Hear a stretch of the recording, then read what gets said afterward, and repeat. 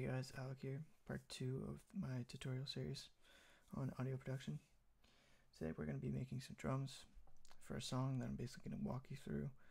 And that's probably how these tutorials will mainly work, is I'll just walk you through building a song. So, to make drums in Ableton, we need to go over to Instruments on this panel over here, Drum Rack, there we go. Kits. I'm going to go all the way down here. So this one here. Click, drag it right in. It's going to create a new track for me. And once it does this, I'll be able to play and sample it on my MIDI keyboard. So there we are. Came in nicely. Now, in order to create drums, there's basically a couple different ways you can do it. First is you can click in this column here, double click, and it will create a clip, a 1-bar clip that you basically can pencil in the notes. You can also click this little circle, which is a record button. What that will do is that will record your MIDI keyboard or whatever other device. If you have basically a pad controller, it will use that if you have it hooked up properly, and get input from that and create a clip. And so that's another way that you could do it. And the third way, the way I'm going to do it, because we're creating a full song, I'm not trying to cue anything, I'm not trying to do any DJing, is create it in this view here. And the way you get to this view is by hitting tab, and it toggles these two views. So this is the arrangement view, and this is the session view. So I want to be in the arrangement view. Now, if you've ever done any kind of movie production, or any kind of YouTube video or anything like that, you may be familiar, or even any other audio production, you probably will be familiar with this concept. But basically, this is a timeline, and this bar up here is the length of your song, and it shows the different parts and where you are at. And this bar here is the loop bar, and what I need this for is I need to drag this over so that I get 4 measures of looping. Basically, this loops. And to turn that on, what I'm going to do is I'm going to go and press this loop button. Now it'll play whatever I come up with inside of this shaded area here. So what we need to do is we need to select an area that we want to create a loop for.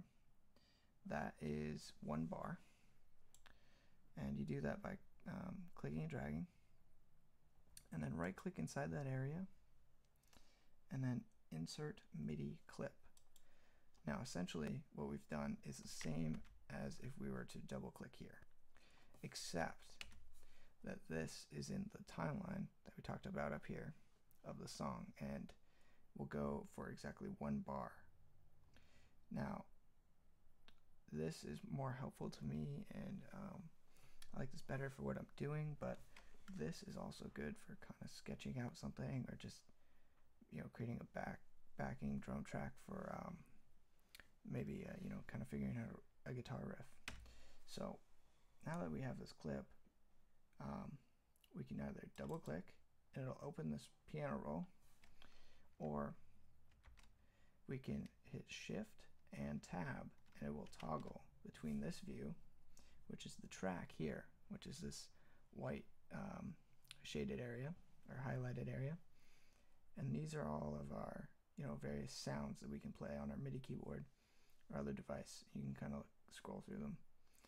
But anyway, and then if we hit shift tab again, basically we're in this view, and this is a piano roll, which has all the same sounds that we saw here, but corresponding to a piano. And to preview these sounds, we need to click on this little icon here above the piano, and that will allow us to just click on the notes on the far left, and it'll play them for us. Obviously these aren't notes because this is a drum set, but if this were a synth or any kind of piano track, it would actually do that. So now that we have this open, and this is again one bar, I can click and insert, basically pencil in notes. So if I click, I made a bass drum hit on the first beat. I'm going to do this for the second as well.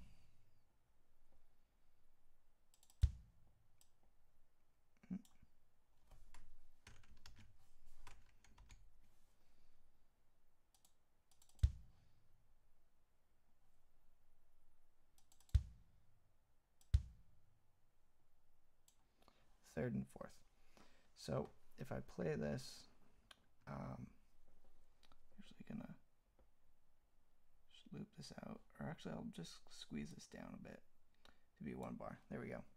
Now if I play this, it'll continuously loop these 4 beats that I've placed.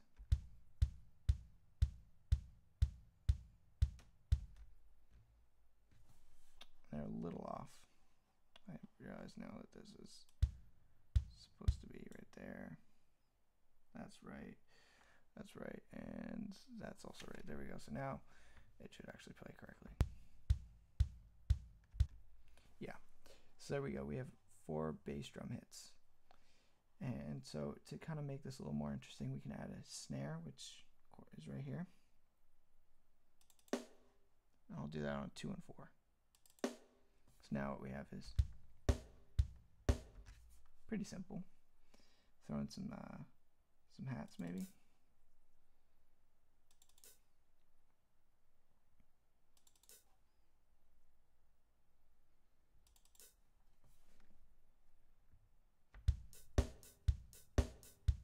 Kind of a little weird, a little funky. Now, if I wanted to move all these over, I can basically click, highlight, and select all of these notes. And be careful, but click on the note, and then you can drag it over and up and down if you wanted. So you wanted it to be all that, you could do that. But that's kind of more of what I want. So it's pretty good. So I'm gonna just fill this in a little more. Pretty simple beat, but gets the job done.